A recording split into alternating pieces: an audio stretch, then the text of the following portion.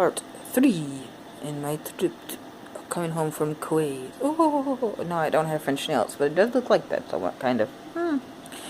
But anyway, so he says, let me see your passport.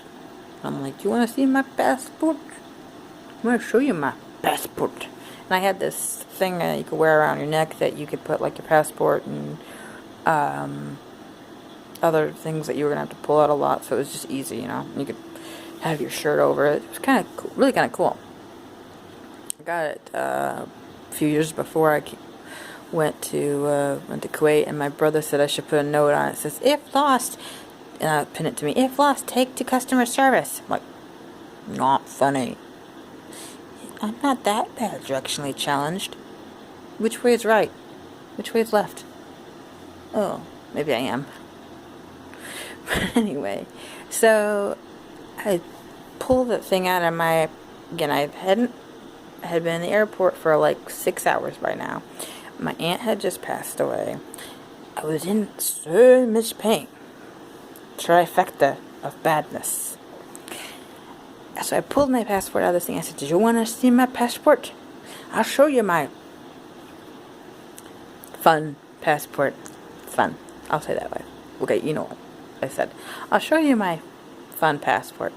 So I pulled it out. He says, "Why you say bad words?" And that time I didn't say it. I showed it. And I hobbled. Tried to run away, but I couldn't really run at that point. So I'm hobbling away. He says, "Get your butt back here." He didn't say but.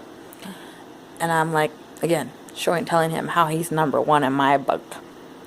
My uncle comes running after me. He goes, Amo, you're gonna end up in Kamino Bay. I'm like, okay, for one of us, that's in America, and it's called I can't say it.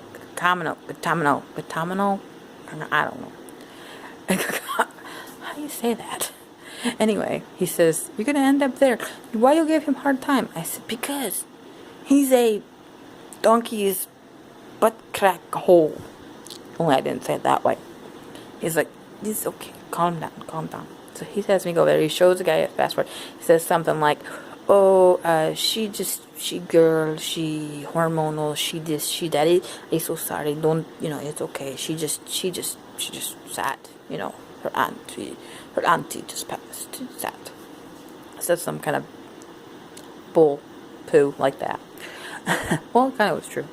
And then, fast forward to when I was going through customs to get into the States from Abu Dhabi. Because one of our landings was in Abu Dhabi. Abu Dhabi's airport was awesome, by the way. So then we're in there, and they say, you have to go over to this checkpoint. I said, okay. So we go over there, and I said, oh, it's probably because of a boss. He's, he's originally from overseas, and I can't, it's no big deal. So we get over, they call our name, we go up, and he says, and they ask us normal questions. So where are you coming from? I said, Kuwait.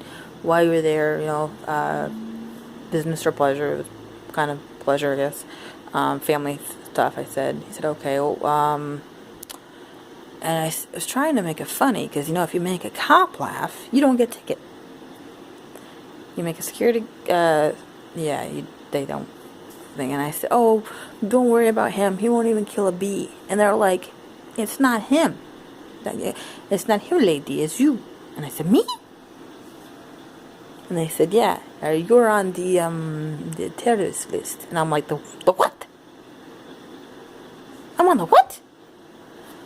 And I looked at them, and I looked at me, and I looked back at them, I looked at the bus. I'm like, me? Guys, I'm only 5'3", and I weigh a lot more than what I should, and I can hardly walk sometimes. Me? I'm scary. I must be scary. And they said, did something happen in Kuwait? And the boss was like, don't say nothing, they give you a hard time. And they went over and frisked him, patted him down, and I said, well, there was a misunderstanding and stuff like that. He's like, okay. So then I go over, and actually it was really nice, because they had a kind of quartered off area for women to be patted down, and it was a lady officer that did it. So for me, that was a lot less violating than having a guy pat me down. And I told her, I said, oh, you want, I said, well, let's buy me some coffee first. And she's like, oh, we don't drink coffee here. We drink tea. And like, I've never heard this line before. And I said, oh, well, I'll buy me some tea first. She's like, okay, honey. Passed me on top of the head. And then I got on the plane and headed to the States. So that's how I ended up on the watch list. They said they were going to take care of it, though. They said they'd take it off. If they did, they did. I don't have any reason why I would ever want to hurt anybody.